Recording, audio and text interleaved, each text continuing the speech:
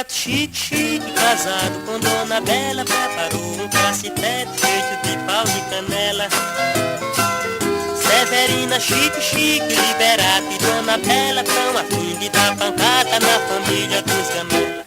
Pedro já não olha, mas na boutique dela Pedro agora está de olho, está com medo do pai dela. Pedro já não olha, mas na boutique dela Pedro agora está de olho, está com medo do pai dela.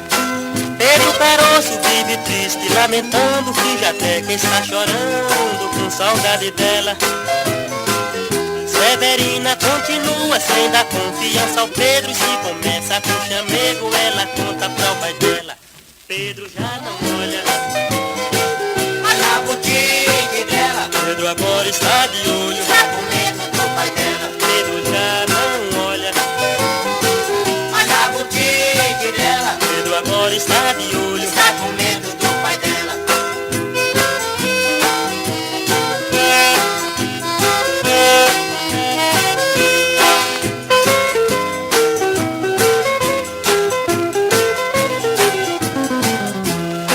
Pedro Caroço vive triste, lamentando que já até que está chorando com saudade dela.